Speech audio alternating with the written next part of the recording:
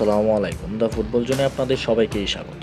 গত পহেলা ফেব্রুয়ারি টটেনহামের বিপক্ষে ২-২ গোলে ড্রয়ের পর ম্যাচ শেষে রেফারির সিদ্ধান্তের বিরুদ্ধে খুব জানেন রদ্রি।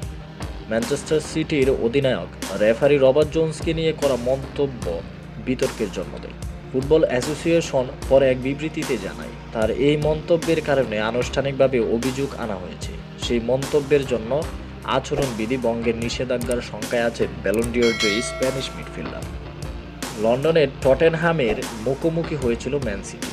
প্রতিপক্ষের মাঠে ২-০ গোলের লিড নিয়ে সহজ এক জয়ী দেখছিল পেপ গার্দিওলার দল। তবে দ্বিতীয়ার্ধে ঘুরে দাঁড়াতে সময় নেননি স্বাগতিকরা। বিরতির পর রায়ান শেরকি অ্যান্টনি সিমোনিওর গোলে এগিয়ে যাওয়া সিটি ৫৩ ও ৭০ মিনিটে গোল খেয়ে ড্র করে মাঠ ছেড়ে। ম্যাচের বিতর্কিত মুহূর্তটি আসে দ্বিতীয়ার্ধে। টটেনহাম ফরোয়ার্ড ডমিনিক সোলাঙ্কাকে সিটির ডিফেন্ডার আব্দুল খাদির কুশানোভ এবং মার্ক গেহির উপর চাপ সৃষ্টি করলে শেষ পর্যন্ত গেহির আত্মঘাতী গোলে ব্যবধান হয়ে যায় ২-২। রদ্রির দাবি ছিল গোলটি হওয়ার আগে শ্রীলঙ্কাকে সিটি ডিফেন্ডারের পায়ে লাথি মেরে ফাউল করেছিলেন, তবু গোলটি বৈধ ধরা হয়। ম্যাচ পরবর্তী সাক্ষাৎকারে রদ্রি বলেন, আমরা হতাশ, কারণ এটা স্পষ্ট ফাউল ছিল। সে পায়ে লাথি মেরেছে। এসব ছোট বিষয়ে নজর দিতে হবে, না হলে সবার জন্যই কঠিন হয়ে যাবে। কারণ এই লিগ ছোট ছোট পার্থক্যের উপর নির্ভর করে।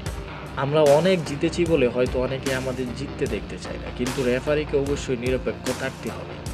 এটা ন্যায্য নয়, কারণ আমরা অনেক পরিশ্রম করি। ম্যাচ শেষ হলে এমন সিদ্ধান্তে হতাশ থাকি। রেফারির নিরপেক্ষতা নিয়ে প্রশ্ন তোলার ইঙ্গিতপূর্ণ এই মন্তব্যের পর ব্যাপক সমালোচনা শুরু হয়। পরে এএফ জানায়, ম্যাচ পরবর্তী সাক্ষাৎকারে এমন মন্তব্য করে ম্যাচ অফিসিয়ালের সততা নিয়ে প্রশ্ন তোলায় আচরণবিধি ভঙ্গের অভিযোগে রদ্রির বিরুদ্ধে ব্যবস্থা নেওয়া হয়েছে, যা এফএ নিয়ম ৩.১-এর পরিপন্থী। এএফএ জানায়, অভিযোগের জবাব দেওয়ার জন্য রদ্রিকে আগামী ১৮ ফেব্রুয়ারির মধ্যে উত্তর জমা দিতে বলা হয়েছে।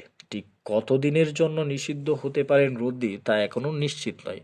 তবে সিটি অধিনায়ক শাস্তি পেলে বড় ধাক্কাই খাবে তার ক্লাব। লিগে বর্তমানে শীর্ষে থাকা আর্সেনাল থেকে মাত্র ৪ পয়েন্ট পিছিয়ে আছে সিটিজেনরা। রদ্রি শেষ পর্যন্ত কোনো নিষেধাজ্ঞা পান কিনা বা পেলেও তার মেয়াদ কতদিন হবে তা এখনও স্পষ্ট নয়। যদিও খেলোয়াড়দের ক্ষেত্রে রেফারির পক্ষপাতিত্বের ইঙ্গিত দেওয়ার নজির কম, তবে প্রিমিয়ার লিগে কোচদের এমন মন্তব্যের জন্য শাস্তি পাওয়ার উদাহরণ রয়েছে। ২০২৩ সালের মেতে লিভারপুল কোচ ইয়ঙ্গের ক্লপ রেফারিকে নিয়ে মন্তব্য করে ২টি ম্যাচে নিষেধাজ্ঞা পেয়েছেন।